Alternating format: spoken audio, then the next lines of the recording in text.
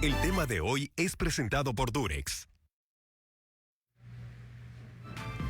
Hola Sol, ¿cómo estás? Nelita, bien, por dicha, súper contenta. Un lunes más de estar aquí en esta noche lluviosa, todos ahí en casita, viéndonos. Y bueno, hoy vamos a hablar de un temita, Nela, que es bastante controversial, ¿verdad? La sexualidad en discapacidad.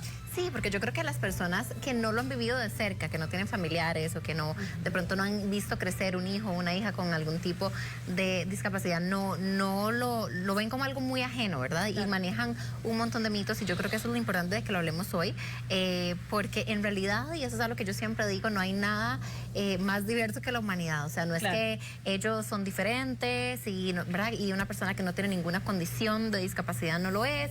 En realidad la diversidad está en todo lado, y es importante que aprendamos también a incorporar estos mensajes positivos para que veamos la sexualidad también como un derecho de todos y todas por igual.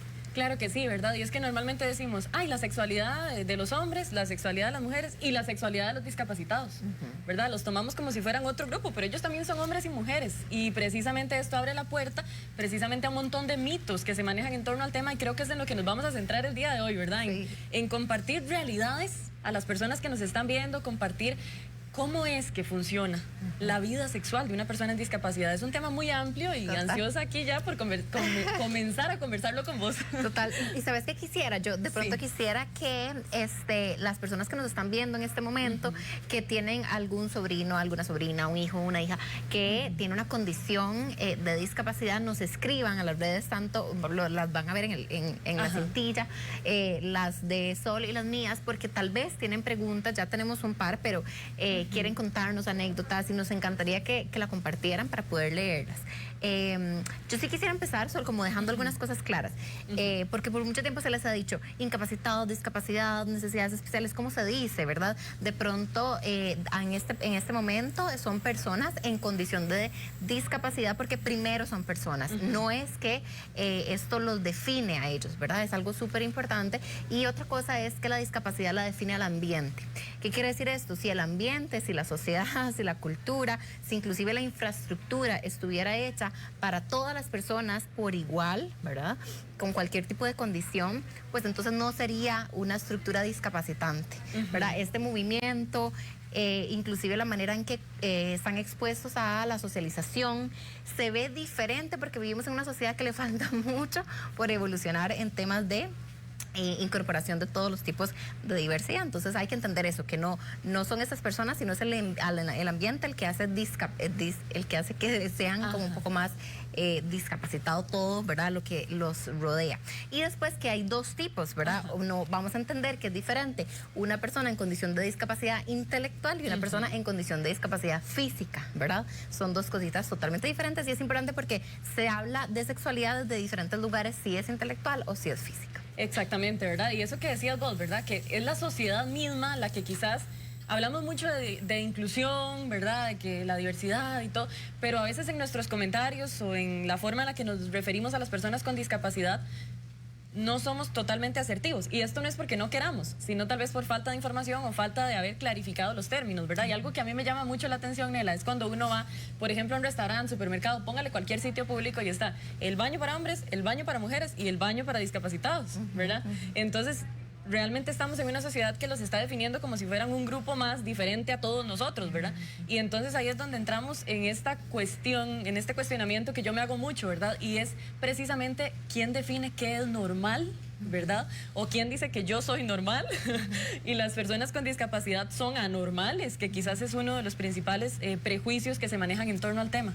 Sí, yo creo que aquí lo importante sería una infraestructura tanto vial, ¿verdad? Por ejemplo, como privada, que incluya baños para que todas las personas se sientan obviamente cómodas de ir al mismo baño y no sea como diferenciado. Yo creo que se hizo obviamente un súper avance con la ley 7600, pero falta muchísimo.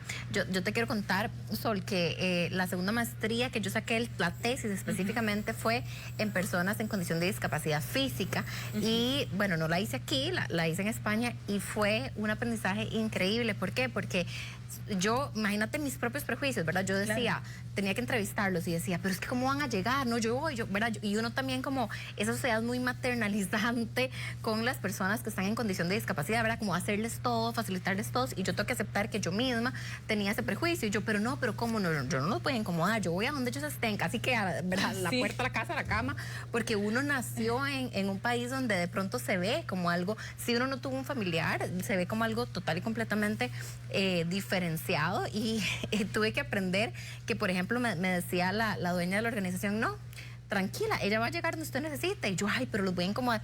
Vea, Sol, ese día la entrevista era a unas 6 personas aproximadamente, en un parque, así, X, a la hora estaban todos puntuales. ¿Por qué? Porque la infraestructura está hecha para que los buses, las carreteras, las aceras, inclusive el tema social sea completamente inclusivo. Entonces, ¿qué quiere decir esto?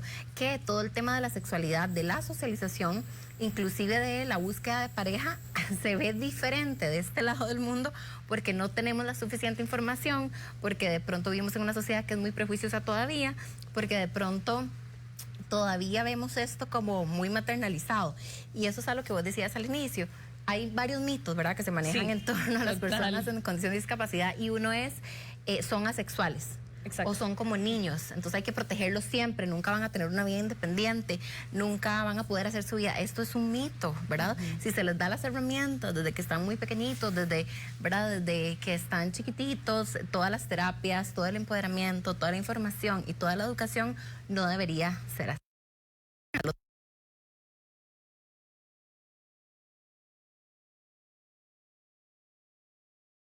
Porque se tiende a ver como algo completamente separado. Entonces, de pronto el llamado es para que entendamos que no es ni una cosa ni la otra, son personas, obviamente en la diversidad, es que todos somos diversos, ¿verdad? Yo soy diversa, vos sos diversa, y hay que entender esto desde ese lugar. Otro prejuicio es que nunca llegan a configurar pareja, ¿verdad? O nunca llegan a tener familia. Otra cosa que dicen es que alguien que se ve atraído hacia una persona con alguna condición de discapacidad es alguien enfermo, ¿verdad?, que de pronto tiene un fetiche, y no, son personas. Y yo creo que ese montón de prejuicios hace muchísimo daño, y es lo que ha creado esta brecha para que veamos a las personas con alguna condición de discapacidad como algo muy externo. Correcto. Bueno, dijiste un montón de mitos, ¿verdad? Vamos, me gustaría que los vayamos desarrollando como más barajaditos, más despacito, ¿verdad? El primero que dijiste, ¿verdad?, que ellos son como niños. Sí. Precisamente, ¿verdad? Y eso nos lleva a una sobreprotección. Entonces, tengo una persona con discapacidad en mi familia, es mi hijo o mi sobrina o lo que sea, y yo tiendo a pensar que va a tener que vivir toda la vida bajo el cuidado mío o de un adulto, ¿verdad? Entonces, de esta manera, pues no los apoyamos a ellos a incorporarse al ámbito laboral, al ámbito académico, a la educación. Y creemos que tenemos que llevarlo siempre de la mano y que toda la vida van a ser dependientes de nosotros, cuando esto es completamente falso, ¿verdad? Y más bien este sentido de sobreprotección es lo que está llegando a dañar la sociedad como tal, ¿verdad? Que no nos permite avanzar, como decís vos, como en otros países donde esto se ve como algo completamente natural, normal, o sea, son personas, ¿verdad? Entonces sí, realmente en el sentido de sobreprotección, de querer hacerles todo, de querer acompañarlos siempre, de creer que ellos no van a poder nunca enamorarse, ¿verdad? Y en el sentido, cuando hablamos de sexualidad, tal vez las personas dicen, o tal vez algunos estén esperando, bueno, sí, ¿cómo tienen sexo las personas con discapacidad? Bueno, eso es otra cosa, y más adelante podemos hablar de eso, claramente.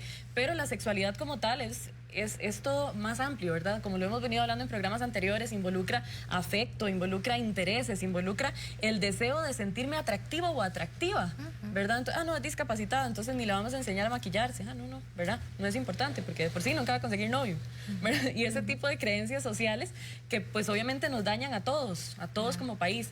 Entonces es importante comprender que dentro de la sexualidad de una persona con discapacidad se deben de tomar en cuenta estos elementos. La afectividad, se debe tomar en cuenta el deseo de ellos de gustar, de sentirse guapos, guapas, ¿verdad? Y que pues obviamente esto también apoya muchísimo el proceso de desarrollo emocional en ellos y los hace personas más seguras, personas más felices, ¿verdad? Sintiéndose pues obviamente que son normales como lo que son, ¿verdad? Personas. Sí, no, totalmente. Y yo creo que algo que, bueno, que de pronto podemos hablar después del corte, Sol, es que lo más importante es involucrar a la familia. Total. Porque es la base, ¿verdad? Quien los educa. Obviamente algunos chicos y algunas chicas comienzan a estar institucionalizados desde muy temprana edad, ¿verdad? O van al colegio, van a la escuela. Pero realmente es en la familia y en ese crecimiento de creerse capaces, o sea, más bien saberse capaces, es donde comienza el empoderamiento. Y la exposición al mundo, ¿verdad? Porque antes, yo no sé si vos tenés esa perspectiva, pero antes uno sentía como que las personas que estaban en condición de discapacidad, y más si era intelectual, estaban en un cuarto al fondo de la casa, ¿verdad? No salían, porque de pronto había un tema de no sé cómo manejarlo, no habían suficientes herramientas, no había suficiente de, digamos, interinstitucionalidad o apoyo, y un montón de cosas que, bueno, por dicha ha estado cambiando, y ahora obviamente hay profesionales en muchos campos que pueden ayudar y obviamente pueden conectar con las capacidades que ellos y ellas tienen, pero antes no. Entonces era mejor, ¿verdad? Que no salga, porque qué peligroso, ¿verdad? Y bueno, ya sabemos que eso sí es una realidad, y es que las personas en condición de discapacidad sí tienen como mayor propensión a hacer, ¿verdad? A que acometan contra ellos abuso sexual. Eso sí es cierto. Después del corte lo podemos hablar. Pero entonces se mantenían, ¿verdad? Lo más escondidos posible, porque no se sabía cómo manejar ciertas cosas, y ahora se sabe que lo más importante es que puedan realmente salir al mundo a socializar. De ahí viene su independencia, de ahí viene la creación de su propia identidad, de no pensar que son como niños. No son niños, son adolescentes, son adultos, ¿verdad? Otro montón de cosas, como todos nosotros en el proceso de desarrollo. Y creo que lo justo, y ahí hay un derecho que es inherente de ellos y ellas, que puedan adquirir esa independencia. Claro, y tratarlo según la etapa del ciclo vital en la que están. Vamos a corte, Nelita, y ya continuamos conversando. Sí.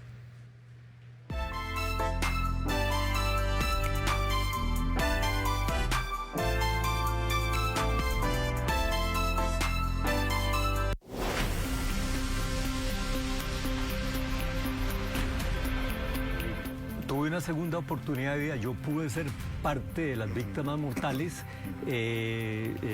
tuve la bendición de hacer ese giro instintivo, fue instintivo. Yo sufrí la penca, pero yo no quise que la penca me marcara el camino.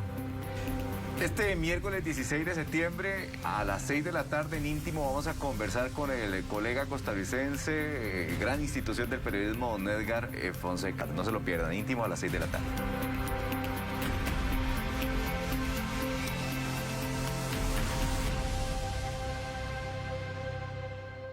Este martes 15 de septiembre, unimos las fronteras que cruzamos como hermanos y celebramos la fiesta de la independencia con nuestros compatriotas mexicanos. Compartamos esta gran fiesta en un programa lleno de gastronomía, música, cine y admirable cultura desde el emblemático edificio de la Embajada Mexicana. Este martes, transmisión directa, 8 de la noche a través del Facebook, multimedios.cr, y 10 de la noche podrás sintonizarlo en nuestra pantalla. El especial México en Costa Rica, solo por Canal 8.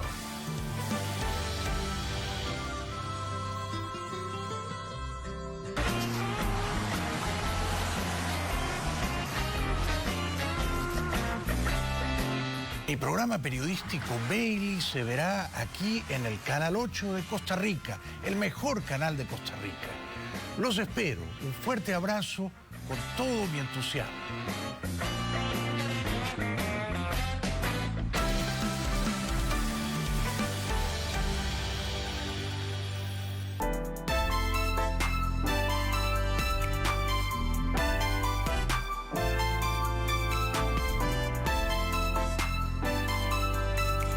Derechos sexuales y reproductivos. Eso es algo que se extiende a toda la humanidad, no solo a hombres, no solo a mujeres, independientemente de la edad. Y hoy que estamos hablando de sexualidad en personas en condición de discapacidad, pues no se quedan por fuera. ¿Qué son esos derechos? Hay derecho a conformar familia, a tener pareja, a reconocerse valiosos, a amarse, a experimentar el erotismo, a tener ayudas instrumentales si es el caso, a tener acceso a salud y salud sexual, inclusive de planificación.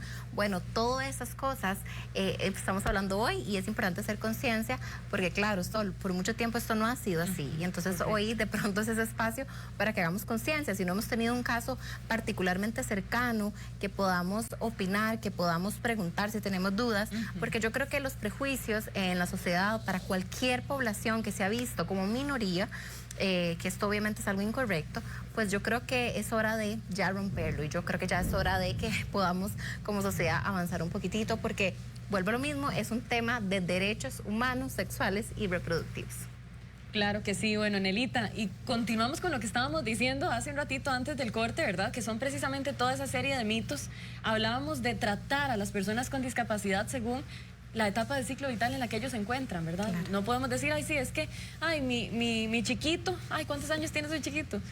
40, ¿verdad? Sí.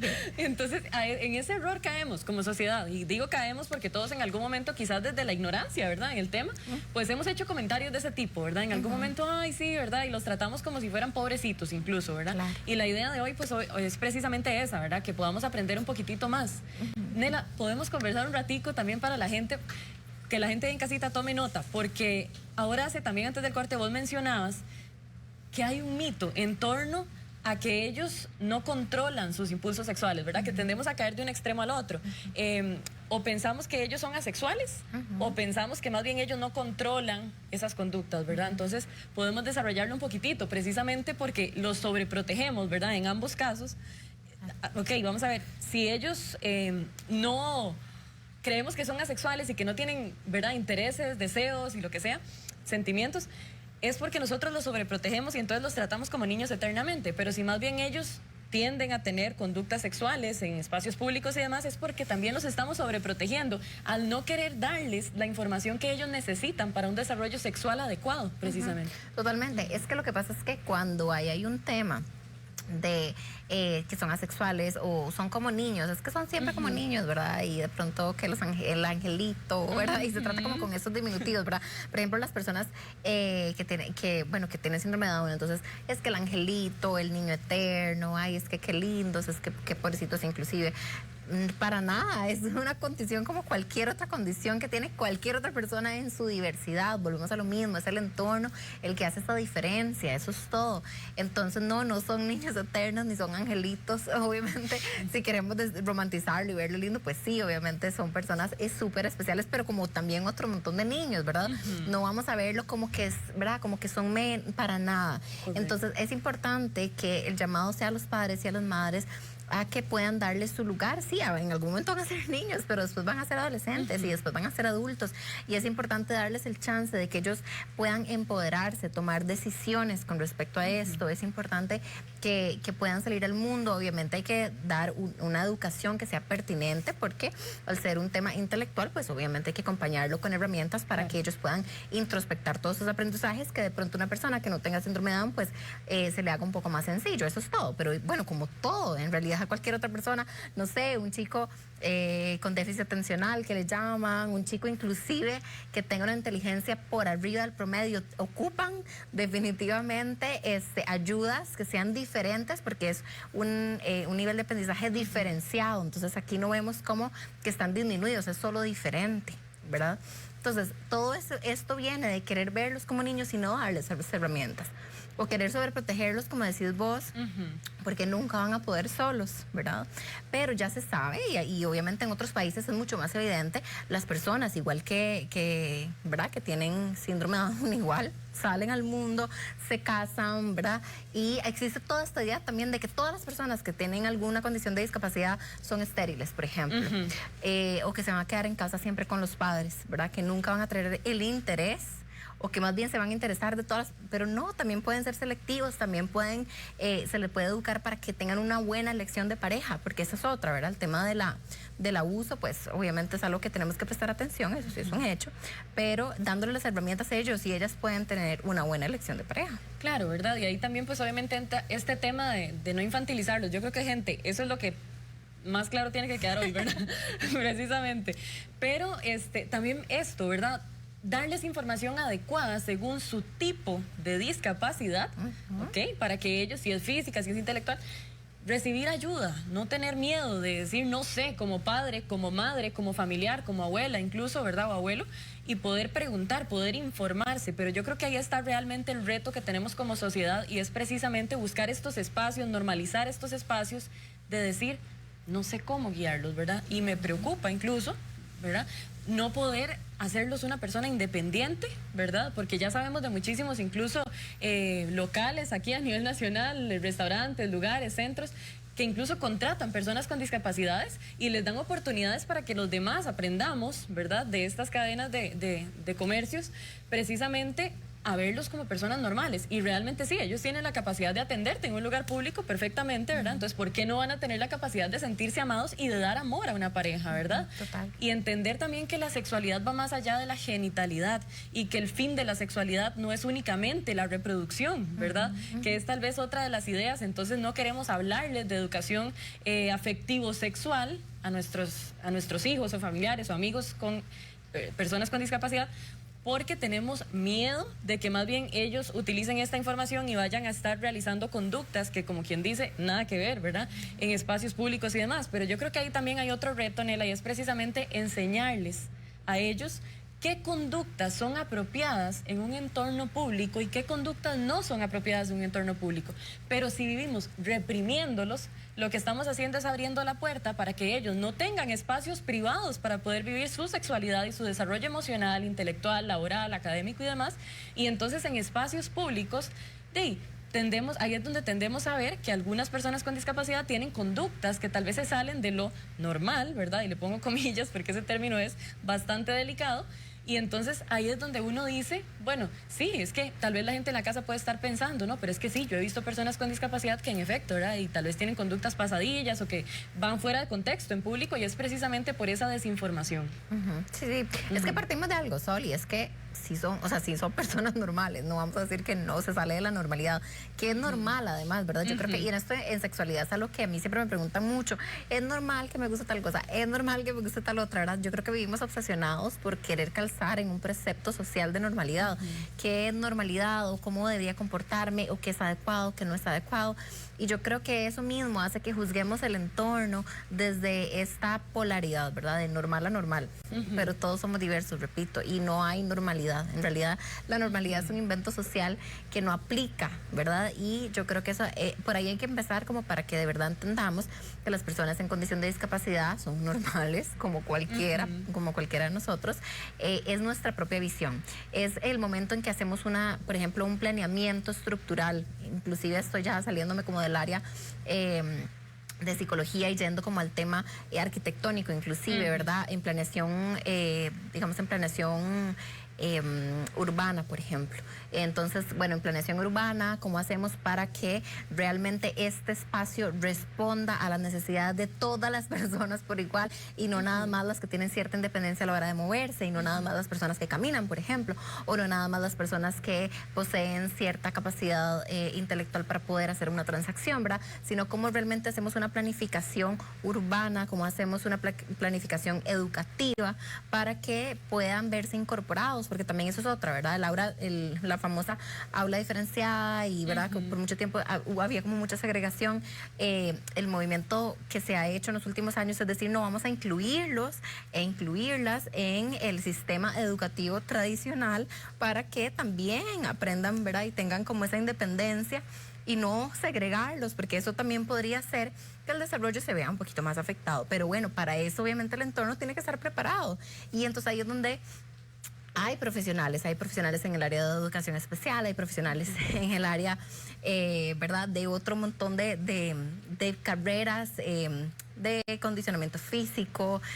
Bueno, la sexología inclusive apunta muchas veces a, ¿verdad?, incluir a todas las personas para que realmente podamos hacer un acompañamiento para que estas personas se vean total y completa inmersas en una sociedad que es suya y que es su derecho.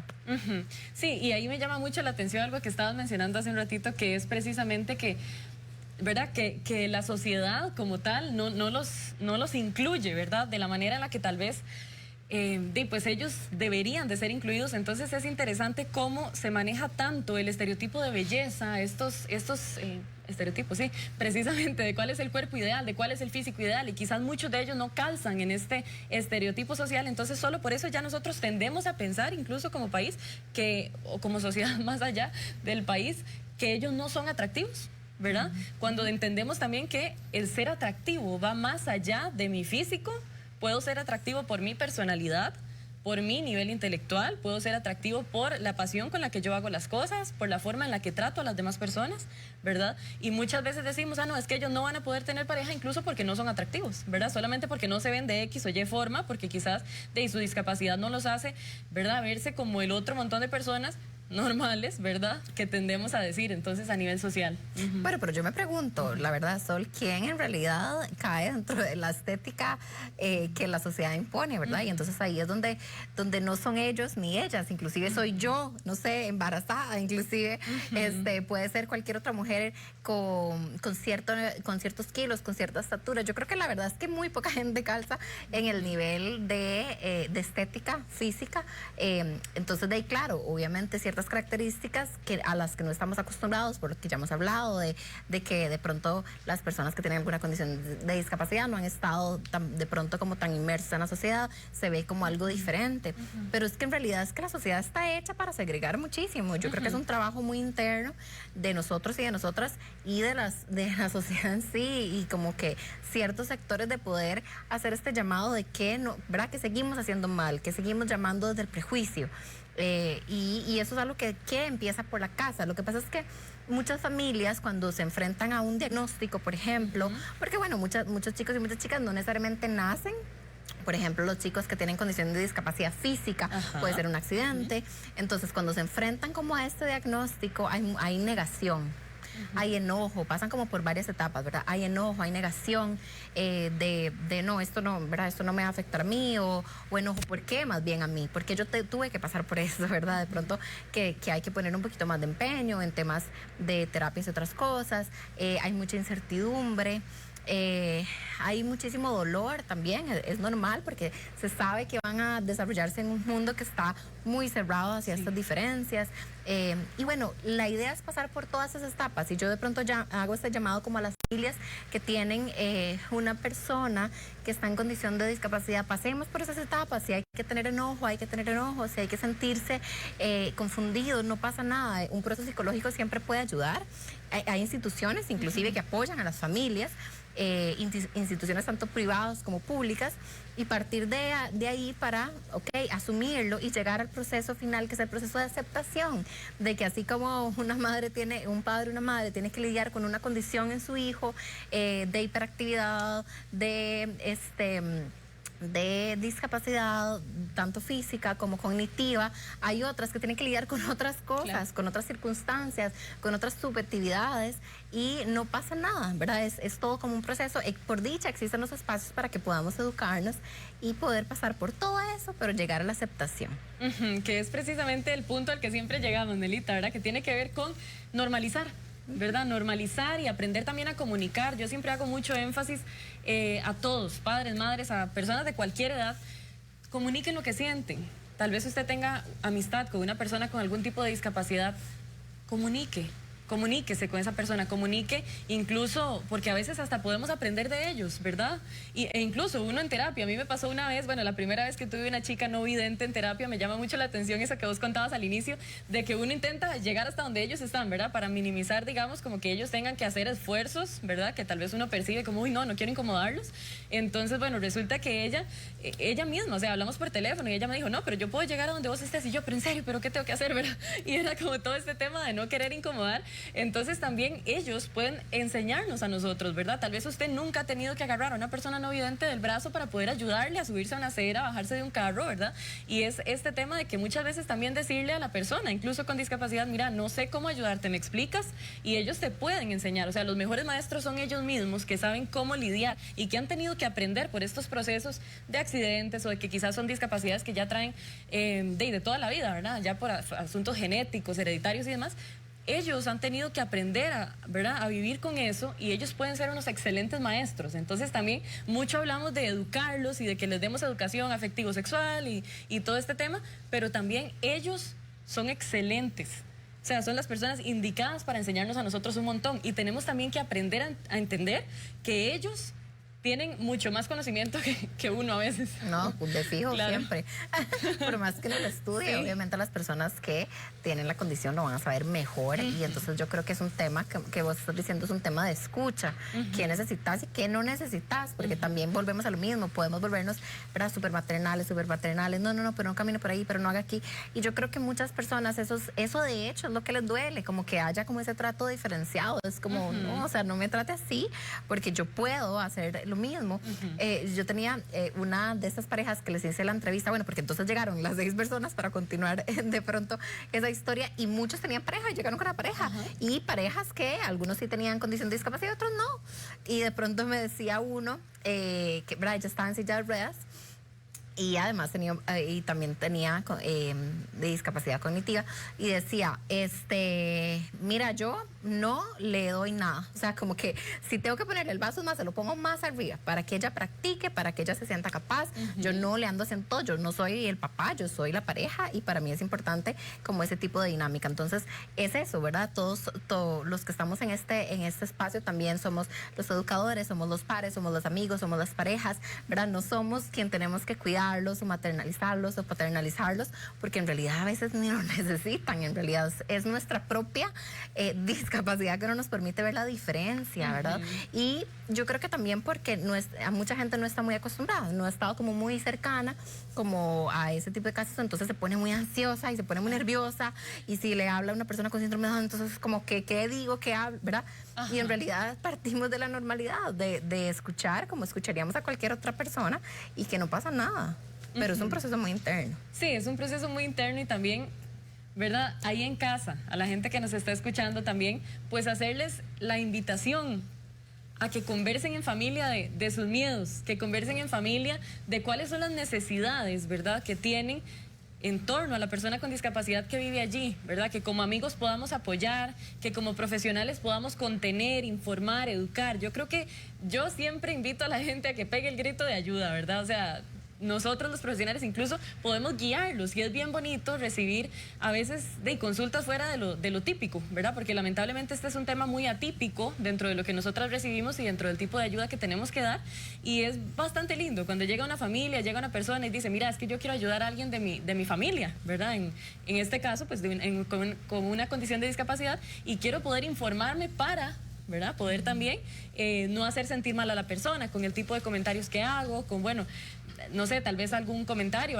¿verdad?, algún acto que yo realice que pueda incomodar a la persona con discapacidad. Entonces, es bien bonito cuando también las personas comprenden que esto va más allá y se trata de romper estos prejuicios, y tal vez, sí, manejamos muchos mitos, todo bien, pero hablemos, comuniquémonos, incluso en casa, abrir espacios de diálogo en torno a este tema, y no verlo simplemente como ya, ¿verdad? El chiquito que vive ahí, el chiquito de 40, como digo yo, ¿verdad? Entonces lo dejamos ahí y ya, y nunca nadie habló de eso, nunca nadie habló de su desarrollo, nunca nadie le pregunta cuáles son sus intereses, si le gusta a alguien, si se siente guapo, si se siente guapa, si ha tenido pareja, si le ha pegado un besillo a alguien, ¿verdad? Y poder normalizar para darles a ellos estos espacios, ¿verdad? Que, como lo decía yo hace un ratito, llevan también a que ellos aprendan cuál es la diferencia entre lo que se debe de hacer en público y lo que se debe de hacer en privado, y que pues precisamente ellos no recurran pues a comportamientos inadecuados, ¿verdad?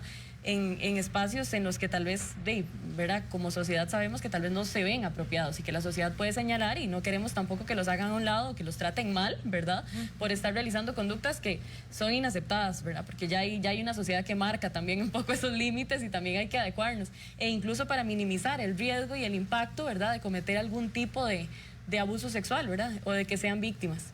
Súper, sí, Sol. Bueno, ¿qué te parece? Sí, vamos a corte y ahorita seguimos hablando de esto.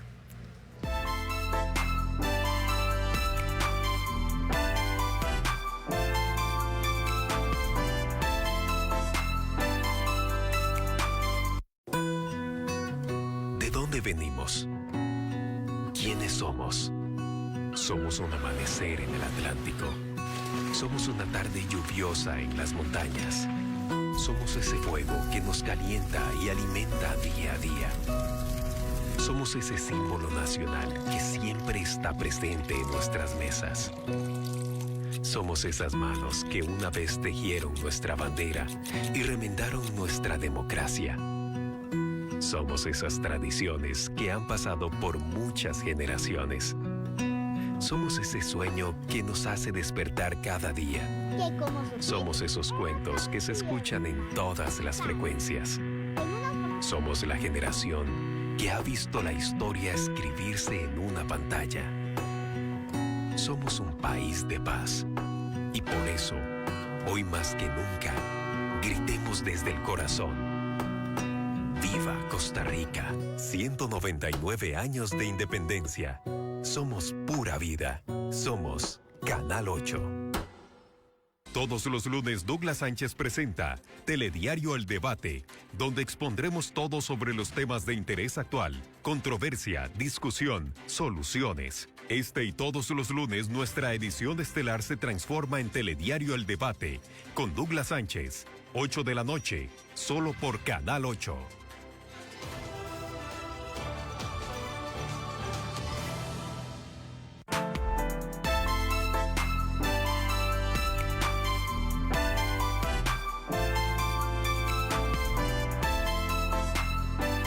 Con el distanciamiento social, ahora la presa la llevas por dentro. Por eso estaremos ahí cuando te toque quitártela para protegerte de las enfermedades de transmisión sexual. En este mes de septiembre, mes del condón, usa Durex. Love Sex, Durex. Ay, Sol, bueno, seguimos hablando de pronto de este tema tan importante. Y sí no quería dejar pasar sin lo que vos me estabas preguntando, porque está bien, hemos hablado como de este mito más de la sexualidad o de ver a los chicos y las chicas o adultos en condición de discapacidad como niños.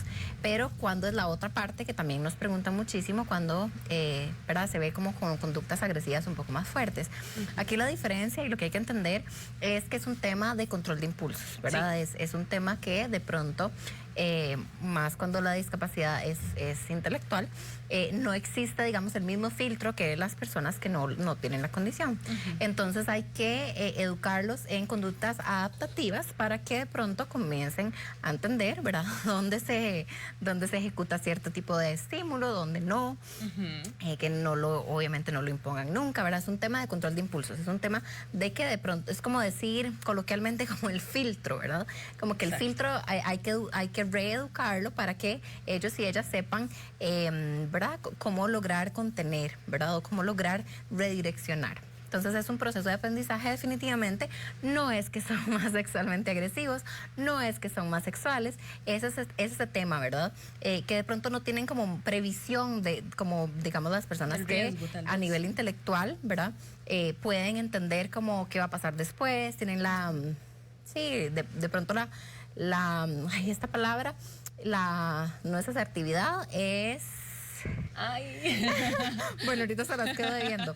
Pero la empatía para entender qué provoca en vos, ¿verdad? Si eso te incomoda, si no te incomoda. Entonces, de pronto, toma un poquito más de tiempo, un poquito más de educación para poder dar a estas herramientas, pero es completamente posible y por eso es tan importante que la parte educativa esté tan fuerte y la orientación a la familia sea algo tan vital, porque es a partir de ahí donde creamos esto. Entonces, es otro mito que es importante que quitemos.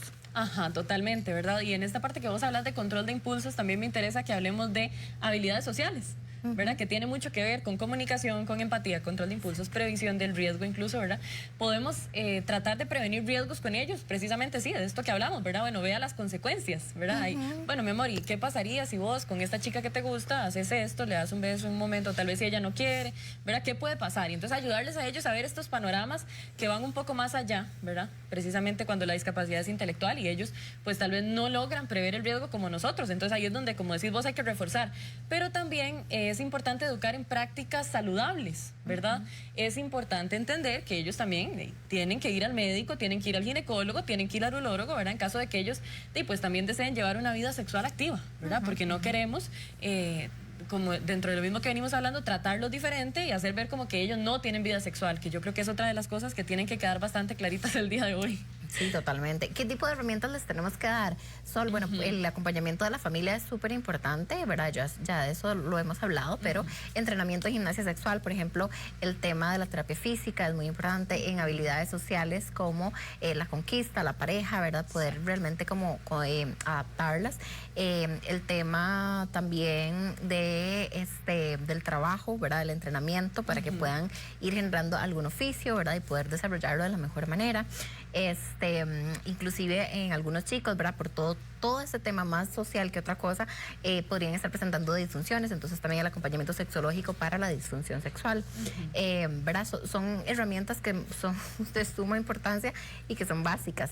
Yo no sé si vos sabías, pero hay algo súper interesante y si no les cuento, por acá en Europa hay inclusive una figura, ¿verdad? Que es una acompañante generalmente en el tema sexual, ¿verdad? Eso. Y se llaman asistentes sexuales. Esas chicas, ¿verdad? También hay chicos que son asistentes sexuales, definitivamente, pero estas chicas están capacitadas, no, digamos, porque mucha gente dice, pero entonces es una trabajadora del sexo, ¿verdad? Nada más. No, es una persona capacitada por profesionales, ¿verdad? En las diferentes áreas que te dije, ¿verdad? Inclusive sexológica, para dar un acompañamiento en el tema sexual a las personas que tienen una discapacidad, especialmente que sea en el área intelectual, pero también física, porque entonces cuesta un poquitito más el acomodo, por ejemplo.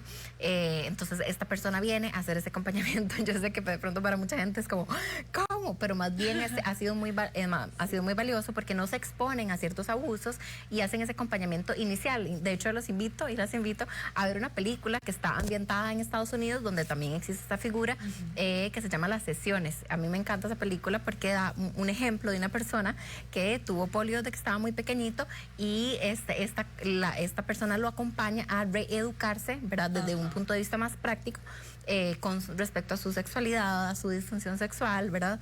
Y es muy lindo porque quita mucho este tabú y digamos, este imaginario de que deberían mantenerse, ¿verdad?, asexuales toda la vida porque no tienen la oportunidad. En realidad esta persona existe para tampoco exponerlos a burlas o exponerlos a agresión, ¿verdad? Que puede que muchas personas que se dediquen al comercio sexual no estén capacitadas para poder soportar, acompañar y tener esta visión más en derechos humanos de las personas con alguna necesidad especial. Me llama mucho la atención esto que decís, Nela. Sí, hace no mucho yo escuché hablar de eso y qué interesante cómo incluso acá en Costa Rica, como decís vos, muchas personas tal vez están como, ¡oh, eso, ¿verdad? Y tal vez hasta se van a meter ahí a buscar más información y está bien, ¿verdad? Háganlo y por supuesto que la idea es más bien invitarlos a que se puedan informar más y que se puedan informar mejor, ¿verdad? Pero me llama la atención, ¿verdad? Que como país, incluso esto es algo que a mucha gente tal vez la esté alarmando en este momento, y que eso existe, ¿verdad? Y es precisamente por esta visión. Entonces, yo estoy muy contenta, Nela, de estar aquí hoy, la verdad, porque yo sé que en casa nos está viendo mucha gente y estamos precisamente rompiendo muchísimos de estos mitos. ¿Sabes cuál es un mito del que quiero conversar con vos también? El mito de que al ellos ser asexuales no pueden ser bisexuales o no pueden ser homosexuales, ¿verdad? También es un mito total y completamente incorrecto, así como existe la diversidad en temas, ¿verdad? De discapacidad, existe la diversidad sexual, inclusive en las personas con discapacidad. Entonces es súper importante que se logre quitar, si tenés toda la razón, es algo que no se visibilice muchas veces.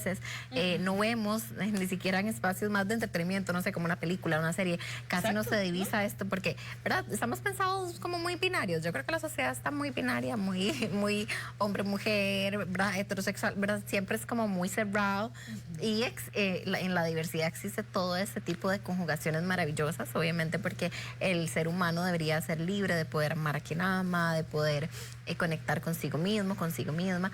Y sí, tenés razón, eso es un mito muy interesante y que no se habla con mucha frecuencia. Sí, y es bastante interesante, la verdad. ¿Qué otro mito nos hace falta, Nelita, por ahí que sea importante? El de la pareja, ¿verdad? Lo que te decía, ya lo dijimos, el tema de que solo una persona, ¿verdad?, que tenga algún tipo de fetiche puede verse atraída. Esa me parece de las más dolorosas realmente, porque estamos hablando de que entonces ellos, ¿verdad?, ellos y ellas tienen algo que no es aceptado, no está bien. Eso es completamente erróneo. Yo he visto personas y en este trabajo fue maravilloso porque me ayudó a estar cerca de personas completamente enamoradas de alguien que inclusive presentaba ambos tipos de discapacidad, tanto la física como la intelectual, y es como yo la amo, lo amo profundamente, y no tengo ningún tipo de filia ni nada por el estilo, y es momento, yo creo, como de quitar ese tabú que es tan doloroso y tan injusto, yo creo. También el tema de que no pueden tener hijos, de que no pueden tener familia, de que todos nacen. Bueno, hay condiciones, digamos, más las que son a nivel cromosómico, que podría sí presentarse esterilidad, eso sí es cierto, pero digamos una persona perfectamente con algún otro tipo de discapacidad cognitiva, sí, intelectual, podría tener bebés y podría tener una familia maravillosa, y también me voy a la familia como los hijos, ¿verdad? También, porque muchas personas que tengan síndrome de Down también forman familia con sus mascotas, con su pareja, y eso obviamente es un derecho, y es un derecho importantísimo. Y esta palabra derecho, ¿verdad? El derecho a que los permitamos ser, a que les permitamos ser ellos mismos, a que les permitamos enamorarse, a que les permitamos tener acceso a información, a educación. Es tan bonito, ¿verdad? Y hablemos también, Nela, del señalamiento que reciben las personas que son pareja de alguien con una discapacidad. Sí, eso que te decía, que piensan que es alguien que tiene una filia. En realidad no es así. Y la gente tiende a señalarlos, ¿verdad? Tiende a ser como, ay, pero usted ¿por qué escoge una pareja con una discapacidad, ¿verdad? Pudiendo estar con cualquier otra persona. Y es que precisamente ellos valen igual que nosotros. No, y es que ellos son cualquier otra persona. Es que eso es lo que hay que entender. O sea, es la línea delgada. No es algo totalmente aparte. Yo creo que ese es el tema, Sol, que muchas veces se ve como, es que las personas que no tienen la condición y las personas que sí tienen, ellos son una persona como cualquier otra persona. Entonces es como cualquier otra persona los puede elegir como su pareja, ¿verdad? Y eso es algo que es importante también, quitar ese prejuicio y partir de ahí. Y también yo entiendo que muchas madres y muchos padres les dé mucho miedo, también es otro tema, ¿verdad? Como de cuando sienten que a sus hijos los está pretendiendo alguien, cuáles son las intenciones, qué es lo que quiere, si los van a lastimar, pero bueno, es que a lastimar nos pueden lastimar a todos también, ¿verdad? A todos de pronto nos han roto el corazón en algún momento, teniendo condición de discapacidad o no. Entonces yo creo como que es un proceso por el que hay que pasar, obviamente, ¿verdad? Se requiere sí una atención especial, eso sí es cierto, para entender, ¿verdad? Qué es lo que esta persona quiere, porque se quiere acercar, ¿verdad? Abrirle el espacio para que la familia lo conozca, la conozca, no pasa nada, se puede hacer ese seguimiento perfectamente para tranquilidad de la familia, no pasa nada. Pero pretender como que siempre hay ahí una cosa escondida o peligrosa, creo que es muy doloroso, y volvemos a lo mismo. ¿Por qué pensás que tu hijo no la va a amar y no se va a sentir completamente atraído a alguien que no necesariamente tenga su misma condición, ¿verdad? Entonces, a veces todo eso comienza, bueno, no a veces, o la verdad es que siempre, todo eso comienza por el hogar y cómo su familia los ve y cómo su familia confía en ellos, o cómo su familia quiere darle herramientas para lograr confiar en ellos, ¿verdad? Eso es algo súper importante y que no podemos dejar pasar, porque en este caso definitivamente siempre, sí o sí, comienza por la educación en la casa, comienza por el acompañamiento, comienza por las herramientas que tengan los padres y las madres, ¿verdad? Pero vuelvo a lo mismo, en el país existen instituciones, tanto privadas como públicas, que pueden acompañar en todo este tema y realmente poder atinadamente darle las herramientas para que ellos puedan ser completamente independientes. Que yo creo que a veces eso es lo que hace falta, ¿verdad? Como país, incluso darnos cuenta de que sí hay lugares donde podemos pedir ayuda, y a veces nada más nos quedamos en el desconocimiento, nos quedamos en los prejuicios, nos quedamos en los estereotipos, los mitos, ¿verdad? Y de ahí no salimos. Incluso otro de los mitos, Nela, es precisamente que ellos no pueden tener relaciones sexuales como las demás personas, ¿verdad? Puede cambiar. Cuando hay un tema, digamos, de condición de discapacidad, cuando es física, pues sí, obviamente va a cambiar, por supuesto, porque entonces de pronto las mismas facultades no necesariamente las tienen, la misma movilidad no las tienen, la misma independencia en el movimiento no las tienen, pero existen otras maneras maravillosas de tener relaciones sexuales. Y aquí sí, bueno, te cuento, otra vez vuelvo a lo del estudio, porque yo creo yo creo que ha sido la mejor experiencia en torno a este tema. Y bueno, ahora voy a hablar específicamente de cuando es la condición de discapacidades en el área física. Es algo muy importante que se logre la aceptación o entender que no es que me falta algo, es nada más que cambió la manera en que yo me acerco al otro. Porque esa fue la diferencia primordial que yo encontré entre las personas que tenían una vida exitosa de pareja y una vida exitosa con su sexualidad, era que asumieran esta nueva diferencia. Los que entraban en negación, porque por ejemplo, hay muchas personas que adquieren la discapacidad con una lesión medular, por un accidente, por violencia, ¿verdad? Habían personas que lo habían recibido por un balazo o un accidente en motocicleta, en carro, por ejemplo, ¿verdad? La lesión medular va a determinar la inmovilidad, por ejemplo, de la cintura para abajo, o bueno, dependiendo del nivel donde fue la lesión. Y estas personas, las que realmente se lograban salir de la depresión y lograban tener pareja, eran las que aceptaban, decían, bueno, eso se ve diferente, pero igual disfruto. De hecho, tenía una chica que me decía, disfruto más. O sea, yo ahora tengo orgasmos con mi pareja. Bueno, ves, ahí hay un mito. Ella era homosexual y decía, bueno, yo con mi pareja ahora disfruto más la sexualidad, muchísimo más. Con solo verla besarme las piernas, y partimos de un hecho de que las piernas no se sienten, pero ahí es donde el incentivo sexual más importante es la mente. Y entonces en esa afectividad ella sentía ese impulso orgásmico porque realmente lograba entregarse, ¿verdad? Con total afectividad a su pareja. Y aquí estamos desafiando un tema increíble. O sea, cuando a mí me dijo eso, yo me quedé, ¿verdad? Para mí eso fue uno de los hallazgos más importantes. En cambio, las personas que no habían aceptado su condición y decían, no, es que yo ya no soy como antes, yo ya no valgo como antes, es que va a ser un peso para la persona, inclusive algunos que se habían divorciado por su elección, porque pobrecita mi pareja que tenga que enfrentarse a esto, eran las personas que no lograban vivir una sexualidad satisfactoria, porque se habían quedado como con esa idea de ya no valgo, o ya no valgo igual, o ya no soy el mismo, o ya no soy la misma. Entonces ahí es donde reside, en esa aceptación. También los padres tenían mucho que ver, que los amigos, la familia siguiera tratándolos como, ¿verdad? Como personas que eran antes del accidente y no los infantilizaran, porque si no eso les dolía muchísimo. Y obviamente la pareja que pudiera ver más allá de la discapacidad y viera al ser humano maravilloso, amoroso, sexual, atractivo, apasionado, ¿verdad? Que realmente ellos eran. Entonces es un tema muy cognitivo, es como nos percibimos a nosotros mismos, pero esto como todo, Sol, porque también como que si yo me veo a mí misma, que yo no me veo bien, que de pronto que la celulitis, que no sé qué, cuando estoy en el encuentro sexual voy a estar pensando en eso, voy a estar disminuyéndome al prejuicio. Pero si yo acepto mi cuerpo, disfruto más. Entonces, desde ahí viene como todo ese tema de la discapacidad en el tema físico. Pero qué bonita esa experiencia que tuviste, Nela, porque de verdad súper desafiante, ¿verdad? Sí. Y hasta uno mismo como profesional, que muchas veces uno dice, sí, yo manejo el tema, yo sé, ¿verdad? Siempre hay algo que aprender, y eso es lo que les decía yo hace un par de bloques, creo, ¿verdad? Sobre precisamente de que ellos son los principales maestros, o sea, haber tenido vos esta experiencia, esta chica que te cuente, ¿verdad? Que al besarle las piernas, wow, o sea, es también como, ¿verdad? No tengo movilidad, era el tema, ¿verdad? No tengo movilidad en las piernas. Pero era la visibilización de su pareja, de adorar las piernas que ya no funcionaban de la misma manera. Obviamente estaba en silla de ruedas, no tenía movilidad, pero el poder ver esa devoción hacia una parte de su cuerpo que mucha gente invisibiliza, para ella era lo más erótico del mundo. Sí, que es precisamente el hecho de que mi pareja está aceptando también mi discapacidad. Y qué bonito eso, Nelita. Vamos para un corte y venimos al último bloque.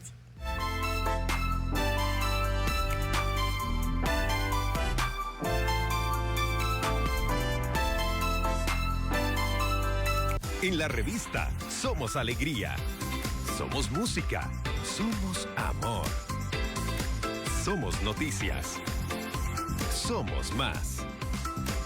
Acompaña a Luzania Víquez y Paula Brenes de lunes a viernes de 8 a 10 de la mañana por Canal 8.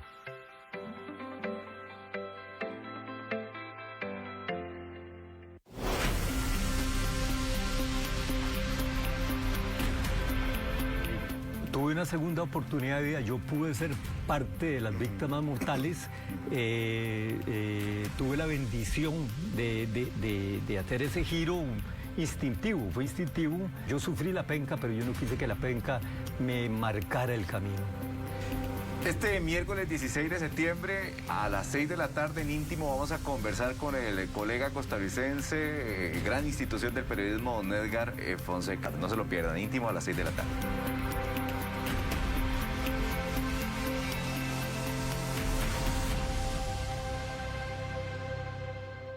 En Noticias Telediario queremos apoyar tu proyecto o negocio. Por eso disponemos de un espacio para que nos contés sobre tus productos y servicios. Envía un video de forma horizontal al 8413-4444. Positivo Más, un espacio para emprendedores. Solo por Noticias Telediario. El tema de hoy fue presentado por Durex. Bueno, Nelita, qué dicha que hemos tenido a la gente súper interesada ahí en casita con este tema tan importante, que hemos tenido la posibilidad hoy de derribar mitos, ¿verdad? De hablar de prejuicios, de estereotipos y de invitarlos a todos ahí en casa a que todos juntos aportemos un granito de arena para crear una sociedad más libre, más inclusiva realmente, ¿verdad? Ahora que está tan de moda ese término y que queremos realmente ser inclusivos.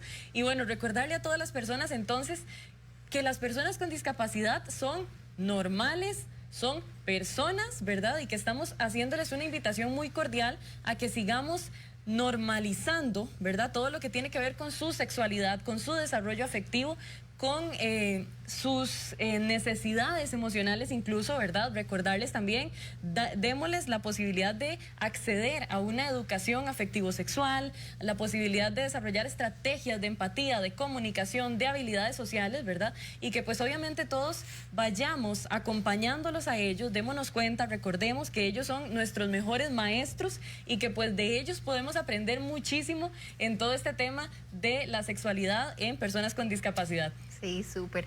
Yo creo que lo más importante es que vayamos a ese proceso interno de ver cómo lo percibimos nosotros, de ver qué trabajo hemos hecho para poder derribar estos mitos y si tenemos un familiar cercano, por favor, de verdad, no son niños, tienen todo el derecho, hay que darles esa oportunidad, hay que confiar, hay que darles herramientas, por supuesto, pero a partir de ahí poder confiar, porque, ¿verdad? Yo creo que todos y todas merecemos tener pareja, sentirnos amados, sentirnos erotizados, sentirnos deseados y pasar por la vida solo porque una condición me limitó, ¿verdad? Y ni siquiera es la condición, es la sociedad, es el entorno, es la misma cultura, ¿verdad? La que limita este tipo de cosas, pues es muy doloroso y es bastante injusto.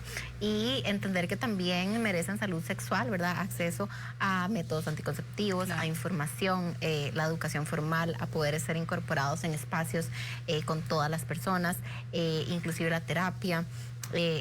Esto es como todo un oleaje, una nueva visión de la condición de discapacidad, de que nada más es una diferencia más, una diferencia maravillosa, como todas las diferencias, Sol, porque como todos somos diferentes, entonces que a partir de ahí le podamos dar el chance y devolver los derechos que por tanto tiempo se les ha quitado. La verdad es que todos somos diversos y eso es lo más maravilloso del ser humano, entonces no deberíamos hacer distinción.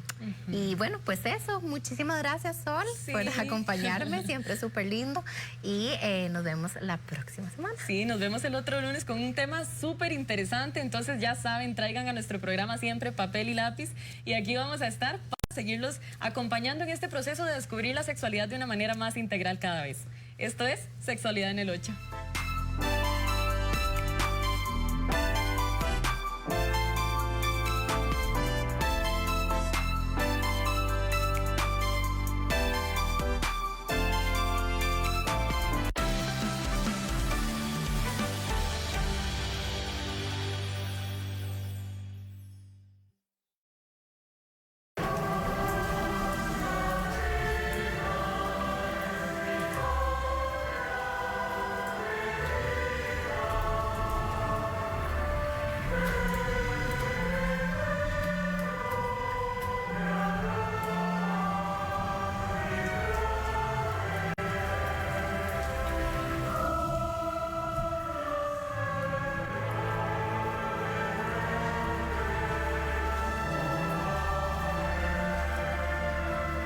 La patriótica costarricense, esa es la que estamos escuchando, una canción que unos vecinos en Heredia, específicamente en San Pablo de Heredia, en el condominio Guaria Morada, 41 vecinos decidieron salir de sus casas, en sus burbujas y cantar con toda la fuerza que se merece esa canción tan hermosa que nos representa a nosotros como costarricenses. Y que por supuesto yo sé que más de uno a las 6 en punto de la tarde también entonó las bellísimas letras de nuestro himno nacional, con el que decimos que somos una patria independiente. Qué maravilla vivir en este país. Feliz inicio de semana, ¿cómo están? Buenas noches, bienvenidos a Noticias Telediario. Un verdadero placer para Ariana y para mí. Por primera vez, Ariana, un 14 de septiembre juntas y esperamos que muchos 14 de septiembre más nos acompañen en esta edición de Noticias Telediario, siempre con la oportunidad de brindarle a la comunidad sorda de Costa Rica la oportunidad de informarse bien, como tiene que ser. Buenas noches, Ari. Buenas noches, Nati. Buenas noches a todos ustedes. Feliz inicio de semana. Así es lunes y son las 7:01.